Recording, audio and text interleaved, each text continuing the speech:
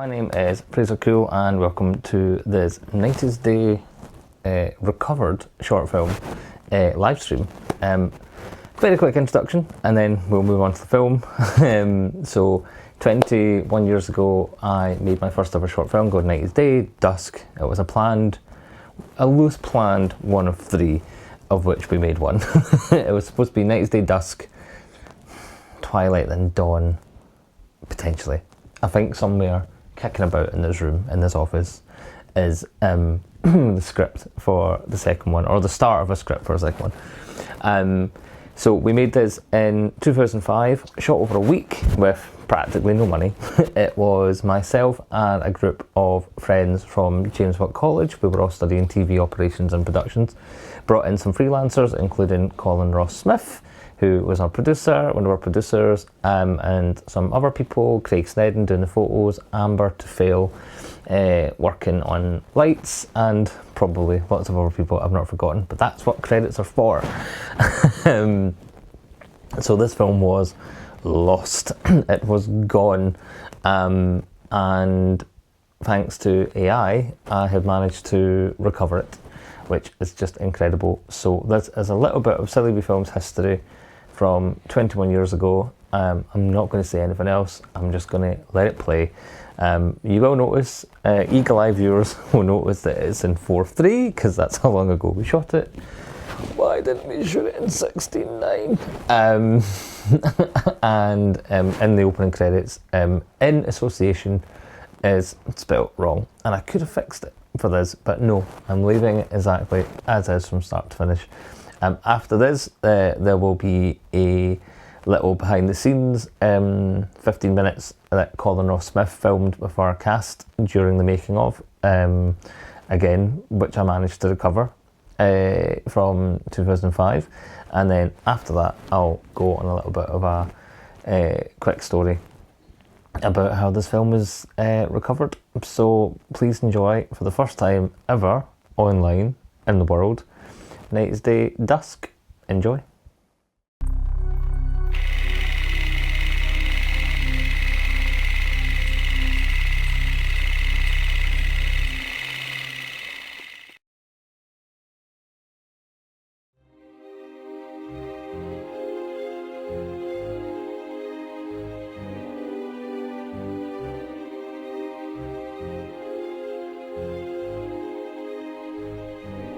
Life is made up of lots of complications. We always fall into two simple choices, as simple as night and day. All we have to do is choose one, or so we're led to believe. My choices aren't as simple, because now I can control fate. Welcome to my night.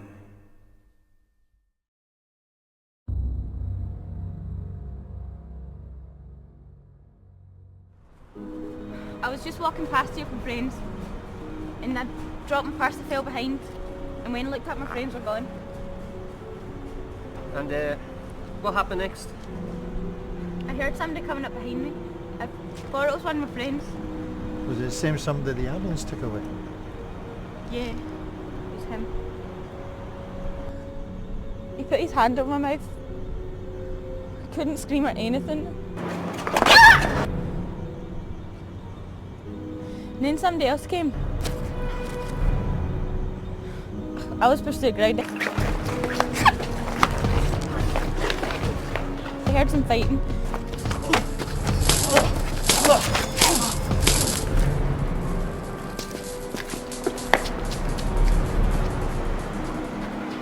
And when I looked up, somebody on the ground, the other guy had gone. Did you get a chance to see the sort of fella at all? Not really.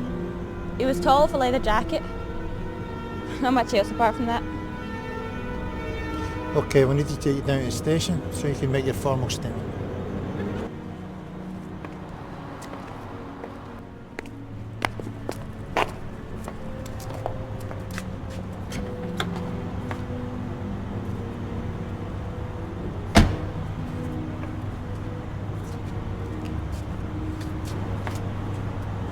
It was him again, wasn't it? Aye, it was them alright.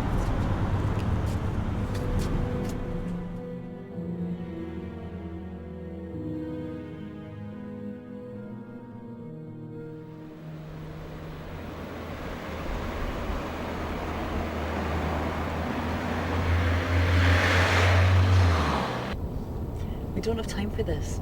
There's always time. The benefit starts in 20 minutes. There's always time.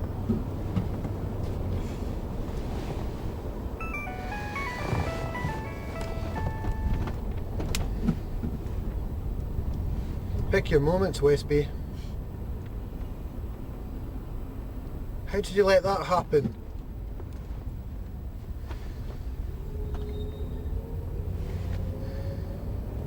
Stay right where you are. Do you understand? Stay there. What is it, McDade? What's going on? Nothing. Doesn't matter. If this is about business, I need to know what's going on.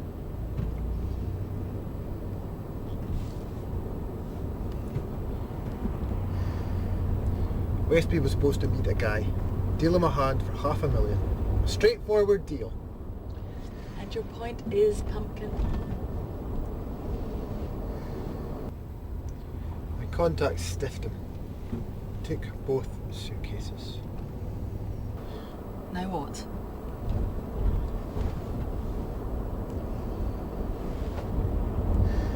We go visit Westby. You need to keep your nose clean.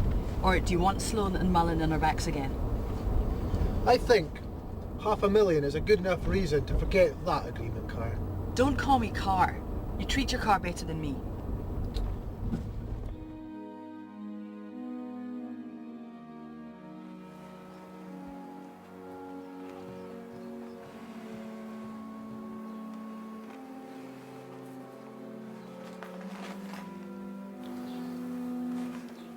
Thanks. For it. You know? Oh, you know I owe you more than a favour or 10.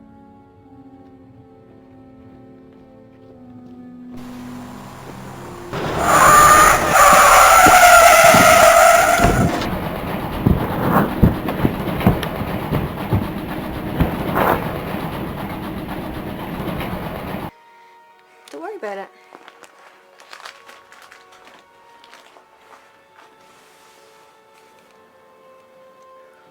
I really should be going. Stay a little while longer. You don't have to go just yet.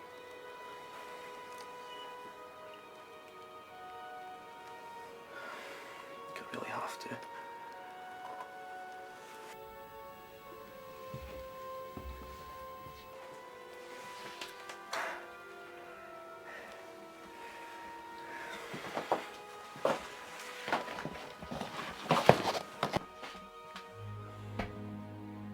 I won't always be there to open that door for you. You know that, right?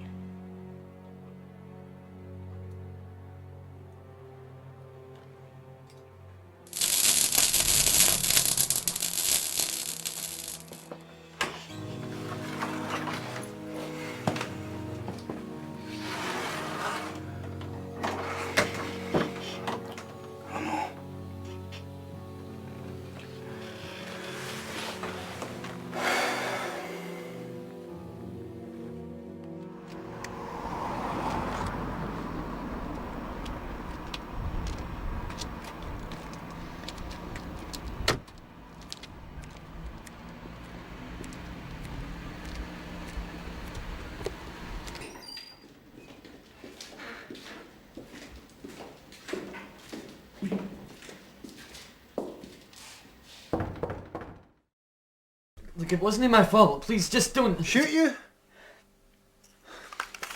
After losing me $500,000 of my money, do you really think I'd actually mind putting a bullet in your head? But then again, you're so thick, I don't think a conventional bullet would do the job. Oh, Taris, please, tell him. Tell him to stop waving that gun at me. Killing him won't solve anything. I'll feel a hell of a lot better. Remember our agreement.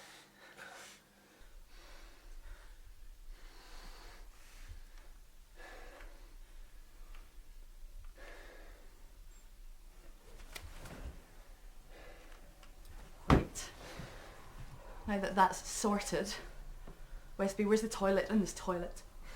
It's in the door on the left as you come in.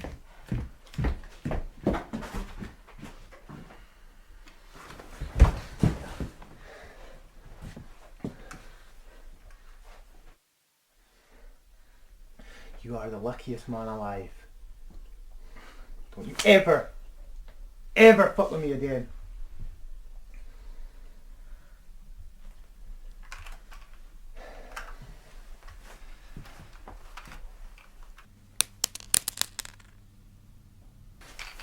McDade! Run!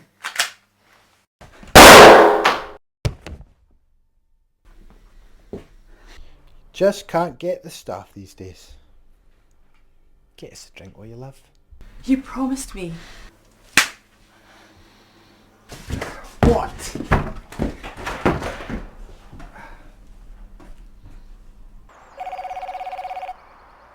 Hello? We have a situation with Caris. What situation? Hold on a minute, boss.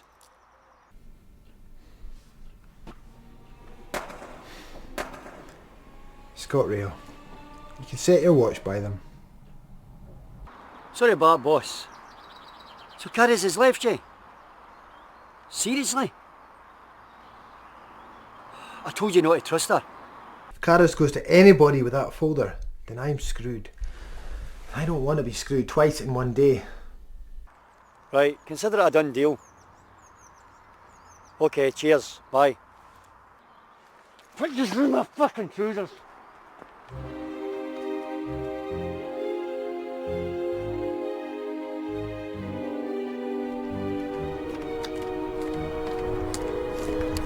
I think I'm going to need some help.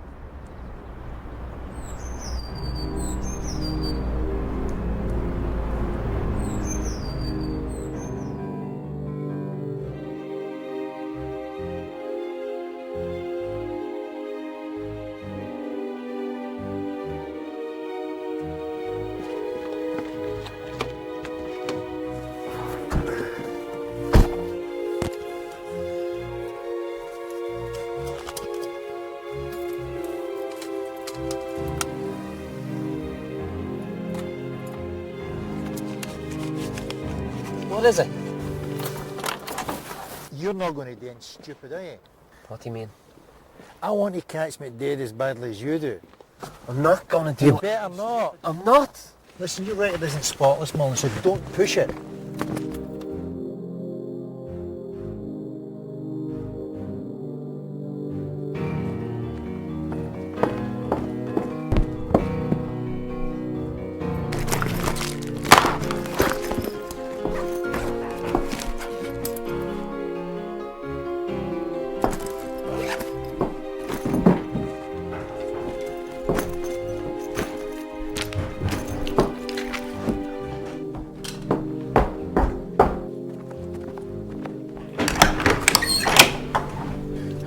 You need to leave now. There isn't time to explain. Who are you? What do you want? Please! Just get what you need so we can get out of here.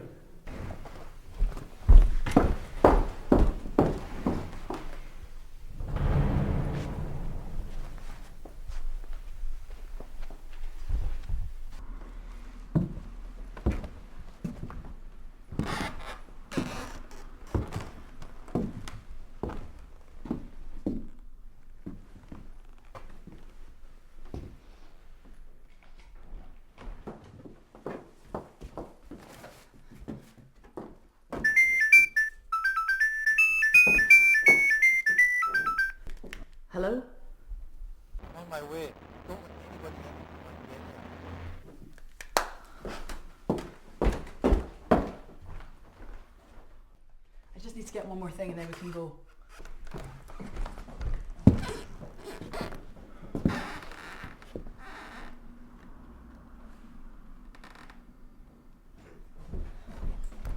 You ready? Alright, look, I know this might seem bad, but I promise. Shut up! McDade sent you, I expected it. Look, I don't know who McDade is. Bullshit! I'm just here to help. I know his lies, you're one of his lackeys, someone new. Don't touch me! Look, I'll explain, just drop the knife. Look, I'm not working for McDade! He's telling the truth, Caris. I wouldn't employ someone who dresses like that. How much does it cost to rent that ape from the zoo? There's not a cage big enough for me, son. No, seriously? I've got a little cousin who would love that as a birthday present. Give me the folder and leave the country. You've got the second part right. I need that folder. I need the insurance that it carries. So you're going to get that gorilla to take it from me?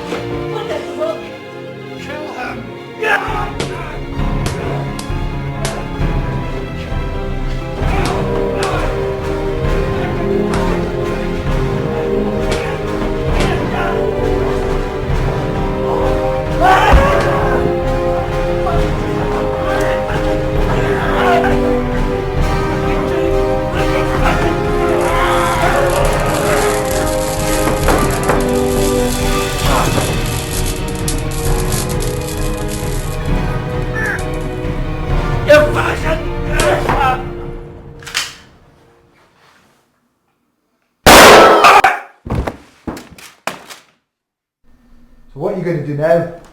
Your little hero's dust. Go on! Freeze, McDade. Drop the gun. Drop the gun. You heard him, McDade. You seem to be mistaken, officer. That young hooligan over there, my girl, were trying to kill me. I was just protecting myself. What hooligan? He's gone. No, bro, bastard. Francis McDade, you're under arrest.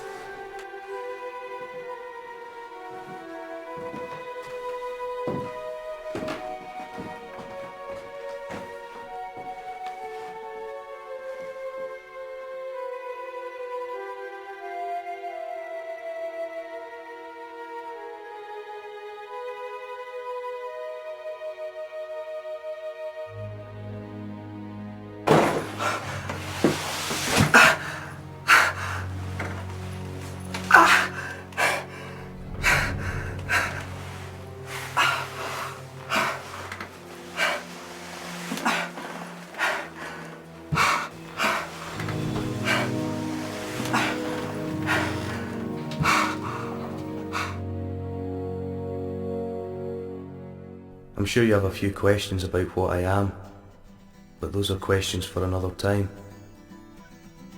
My name is Jason Mackenzie, and whilst most of you are choosing between your night and day, I'm living both.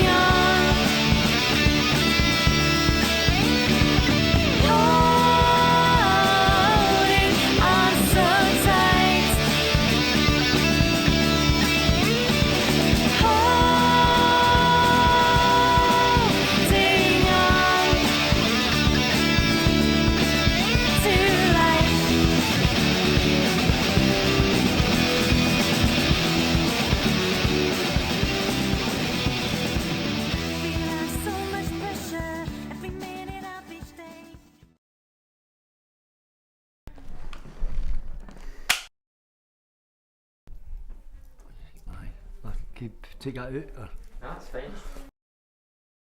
I'm now waffling. Thank you, that's it. You're more than welcome. There's a fella I know, a director and a writer in Ireland, and he's quite good in the sense that I've worked with him before, and he just keeps me updated with any auditions he hears that I might be interested in. So I think I was quite a late addition to the auditioning process. I don't know. How did I get involved with this film? I answered in the casting notice on Mandy.com, and I was in Glasgow at the time, and I was looking for film work. So that's how I got involved. Actually, an agent phoned me, JBM Casting phoned me, and it was Graham Miller. Graham Miller, I think it was, and he says to me, Robert, there's a great character for you here. I says, what is it? Don't tell me it's a gangster. Still looking for a psychopath. Fine, okay, that's fine. I really like doing the parts. So I got it. He phoned me. I phoned Layla. Is it Layla? And she says, would you like to go down and we can speak to you because we're at the James Watt College? I says, yeah, certainly. So I got 10 minutes. I put my leather coat, walked in. And when they saw me, they were quite impressed with my features and stuff like that. And I showed them my show reel, I showed them all my CV, and from there on, they picked me for this part. I saw the posting for the film on a website. Seemed like an interesting project. So I sent my details, my photo and my CV over to the director, Fraser Cool, and I left it up to him. He got back in touch, said he was interested, so he presented a part to me, which was the bad guy. So very interesting character. Certainly the story was what appealed to me. There was instantly a lot of depth to the character, so I was quite keen to get involved. It was an email I got from Fraser well after I applied for... I don't know how the fuck I got involved with it. It was Stephen, actually. He texted me and said, oh, there's a thing on UK Screen, you should have a look at it, think you should go for it. So I went back that night and applied and appeared, and that was the beginning of that story. Well, I was out for a drink one night and two guys come along, jumped me in an alleyway. Seriously, I'd spoke to Fraser by email with regards to another project about a month before this started. And that was how we got to introduce oneself to Fraser. And when the project was developed, he got in touch with me and I went on to the casting. Next. Oh no, I do. I seen an advert on there. I think it was you. Was it UK Screen? UK Screen. And I applied for it. Fraser got back to me and says, I'd like to see me for an audition. Went for an audition.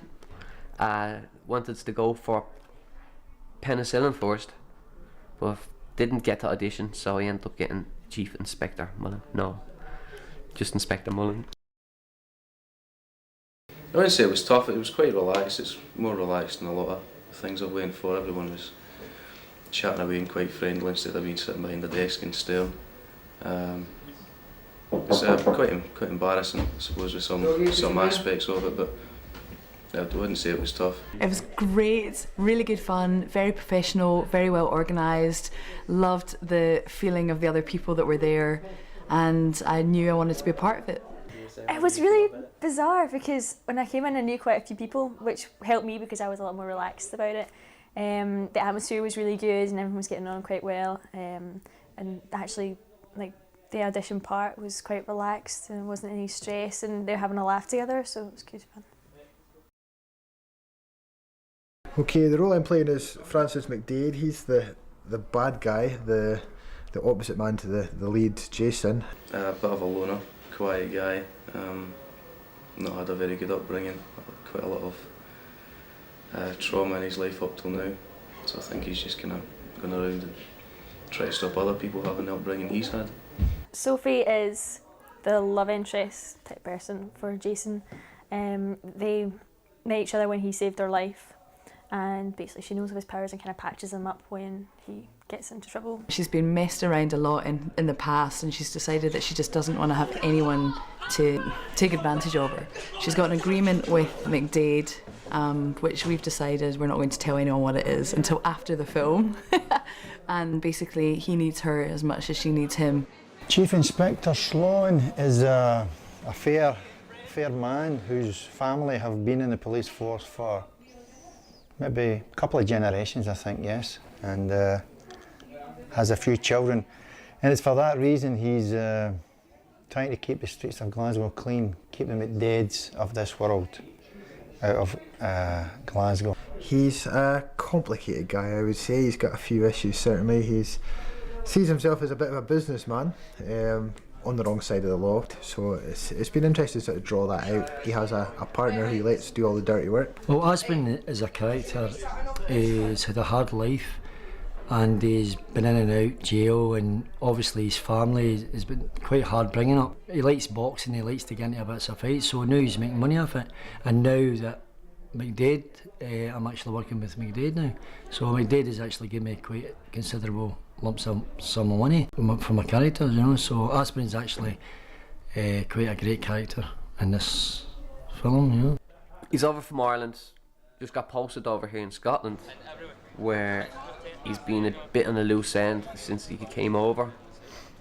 And since joining the force over here, he has started to settle down. He's not as quite manic as he used to be, although there's still something there. He's after the chief's job, so watch out. I'll get it one day.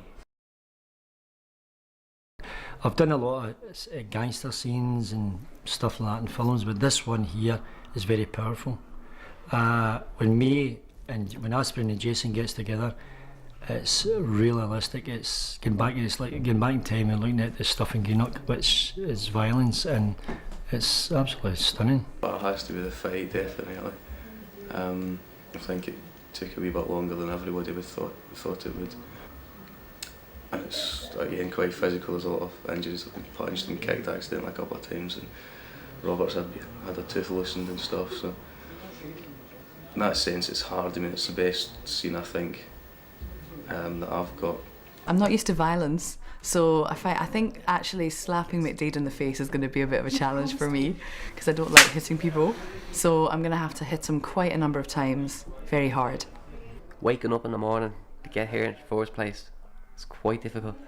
Probably being pushed across a road, actually. That's quite a bizarre feeling. He just came behind me and pushed me full pelt across the road, and just hoping that someone was going to be there to catch me was quite freakish. Biggest challenges would be getting here this morning because my car broke down. I think just doing the character justice, to be fair. I think as an actor it's difficult to achieve what the director's after, especially a director who's also written the story. They have a very clear idea in their head what they're looking for, and you want to do that justice. I think it's going really well. I think today has gone really smoothly. We've got a lot done in a short space of time. Everybody's 100%. This film is going to climb so high. There's a lot of people not fun. Obviously, he's trying to get the funding, and people saying nah and this and that. But when they see the website, there's that many people going onto it, and it's climbing and climbing, and you start from there and you end up like that there. I think it's coming along fine, definitely. Everybody knows their job, cast and crew. It's all been planned out meticulously. I wouldn't say there's any setbacks other than maybe an afternoon or so we need to catch up on, but that's going to get done quite swiftly. And it's been shown this morning especially that things can go very efficiently. It's doing good, it's doing really well. There's a good buzz, good professional approach, well organised, very well organised. And not just because you're standing there calling, but the website and stuff is very professional. There's a real professional approach to the whole thing. Cast are terrific, yeah, absolutely fantastic. They've all got a different way of approaching what they do, and for someone in my point of view who's still finding their feet in this business, it's very exciting to see that.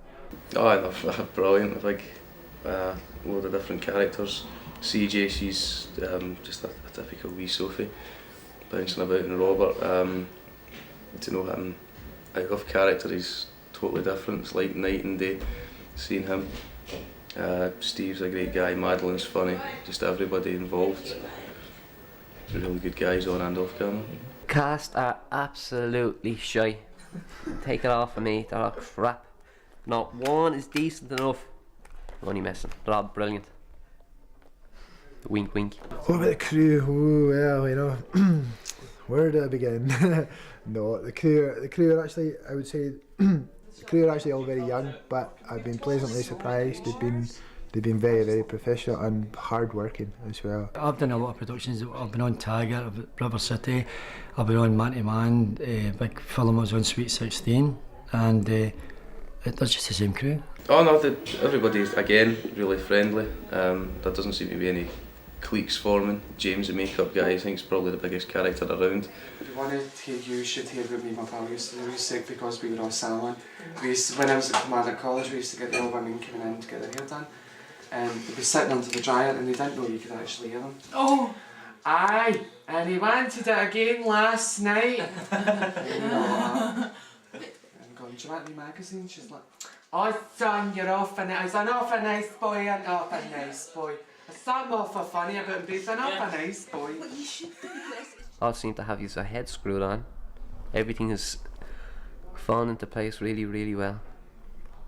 For such a young cast or crew, I was expecting a lot of up in the air. This was going to be 2 weeks, 3 weeks, 4 weeks, way over schedule, but it's all running smoothly for us. Crap, I mean, the camera, the director, the crew's good. The whole thing has definitely got a professional look to it, you know. There's all the positions are all covered, right down to safety, makeup. That just sort of finishes the whole thing off, because in many projects I've been on where these things become an issue, or can become an issue. But no, the crew's been great. Everybody seems to have a wee bit of buzz and a wee bit of positivity about them, you know. I hope it does. Obviously, I hope it does well. Just for everybody involved, everyone's put everything they've got into it, a lot of money into it, personal money into it. A couple of fellas, Fraser especially, has left college to do this. And cast-wise, I mean, everybody knows what they want to go to. Everyone's roughly on the same level. They're still starting out. So if it gives somebody a step up the ladder, then I'd say it'd be very successful. Hopes for the film. I hope for everybody's sake it does good. Well, I hope it does very, very well, absolutely. I think he's got a lot of potential in what he's done, and I think the actors that he's got on board are adding an extra dimension to it, and I think the locations as well are adding an extra dimension to it. The whole thing just seems to be taking on a bit of a life of its own, which is really interesting to see, because I wasn't aware that would happen when I came on board. You never know how these things are going to play out. Sometimes it's just a disaster and sometimes it runs really smoothly. This, I think, has got a lot of potential. I believe when we see this back, it's going to be stunning and it will be very powerful. People will be taken back with this. They'll be just go, wow, what's going on here? My personal hopes, I suppose, are for the film as a whole, is just to do really well, that we can get on and fund a second part, third part, put them together quickly, get it all done and just be totally awesome. To be honest, I think everyone's still staying on board. We've got the same people, we know what we're doing. I think you could do really well. Just make sure that everybody sees it that can. Personally, I like to see it take a life of its own by way of serialised or whatever, or maybe a feature film itself, you know. Because there's certainly the storyline's good, the characters are good, the whole idea of it's good, and there's more than enough room for that type of thing on television these days, and movies or whatever. It's the right age group would support it in any cinema situation or TV situation. So I would hope that it maybe goes on and takes on its own life, you know, with a little help from some financial friends. What song would you like? Oh no, you're about to start filming. We can't do it now. Did the person know he lives somewhere in there?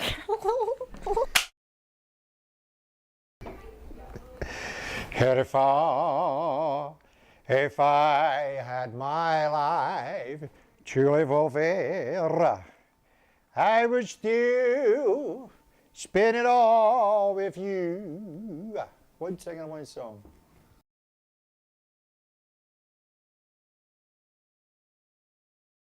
There you go. That's it. That was 90's Day Dusk. I watched it for the first time in about 16 years last night at 11:30 at night on my 65-inch TV, the only way to enjoy watching your film from 21 years ago. So yeah, basically there were no existing DVD copies of the film. There was one corrupt AVI file that played the audio but not the sound. I was seriously considering doing either an audio drama version of it or animating it, doing an animated reconstruction like they do of old Doctor Who. Basically I tried every bit of video repair software that existed. I sent it to friends, they couldn't get it to work, sent it to colleagues, they couldn't get it to work, and I thought, well, that's it. The very first short film that we made was gone forever. And it's important to me because I was 21, it was my first proper script, it was my first time getting together a group of people that I knew from college and a group of strangers, actors and new crew that weren't part of the college course. And with the team we found locations in Greenock and Glasgow, and we shot the scene with Aspirin, McDade's gangster, played by Robert. Got stories about Robert from the Rat Party. Next thing you see Ewan, ask him. Lovely Robert, very intense. When he kills somebody at the train tracks, that's in Lang Bank, which is where I grew up. So there's just a lot of history there for me. The short span off into a web series that we shot from 2006 to 2008, and we finished it in 2009 across 2 seasons and 13 episodes. We then went and made the feature film version, which was imaginatively called 90s Day, the movie. Why did I do this to myself? And we shot that in 2010 and 2011 and released it in 2012 at the Glasgow Film Festival. Second film to sell out that year, next to The Muppets. And I always say it's okay to be beaten by the frog. Not physically. And it was the start of my world building IP that span off into doing Cops and Monsters, which we're brought back now, and we're doing a little bit with that in the vertical drama space. It span off into my Layock verse, which is about Scottish picked demigoddesses and demigods and champions and heroes in the Highlands. And it allowed me to go to Comic-Cons around the world and meet fans of the genre and say, hey, we have a thing. And it's just part of my story, it's part of my DNA, it's part of my journey, so it really was a mission.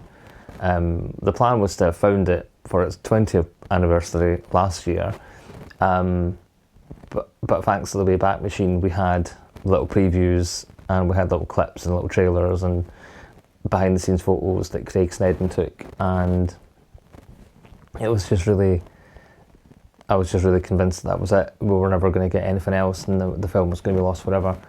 And then last night I went into AI. Other AIs are available if you wish to use it. And I said, I have this AVI file and here's the issue, can you help me? And we went through step by step until eventually we found a bit of software called FFmpeg, where line by line, code by code, we managed to take the damaged AVI file and it managed to pull out the data of the video which wasn't watchable in any form, and it's now reconstructed it as the MP4 that you've just watched. So that's just quite incredible to me that we managed to do that. And it's my first ever short film. I've made 15 short films now, 32 projects in total since 2005 to now in my 21-year career, I suppose, working as Celebrity Films. Our latest short film, Faithful, is now out there in the world. You can watch it on the STV player. It's on the festival run. Once it's done its festival run, we will, this year, we will speak to worldwide distributors to get it on streaming services worldwide, so you can all enjoy it. And I'm now working with some fantastic people on a huge, ambitious Scottish project called Call of the Layock, which will be my first period piece, and it'll be there'll be a lot more money than what was spent on 90s Day Dusk. So do follow us on our Silly Bee Films socials. Do follow us on Call of the Laoch, Laoich. You think I would know that. Follow us on socials there if you want to find out more about that story and that journey that we're now on. But thank you so much for sticking around. Thank you for watching this worldwide premiere of 90s Day Dusk. I really hope you enjoyed it, and it's okay if you didn't. It was a special time when we were young and thought we were going to change the world and go on and have massive careers and off to Hollywood. And here we are, 21 years later, still in the fight, still making films, still indie filmmakers, quite a lot of us. A lot of us who were involved in that film are still here today, working away, chomping at the bit on their jobs, on their careers, and it's incredible that we're all still here and we're all still making projects. I think that's a testament to our stubbornness and our unwillingness to find a normal job. It means a lot to me that we managed to save this film, and it means a lot to me if you've stuck around and watched it. So thank you so much, and we will see you for the 42nd anniversary where we will uncover deleted scenes that never existed. But yeah, thank you so much. I really appreciate you watching all of this and this ramble, and we'll see you at the next one. Thank you so much. Goodbye.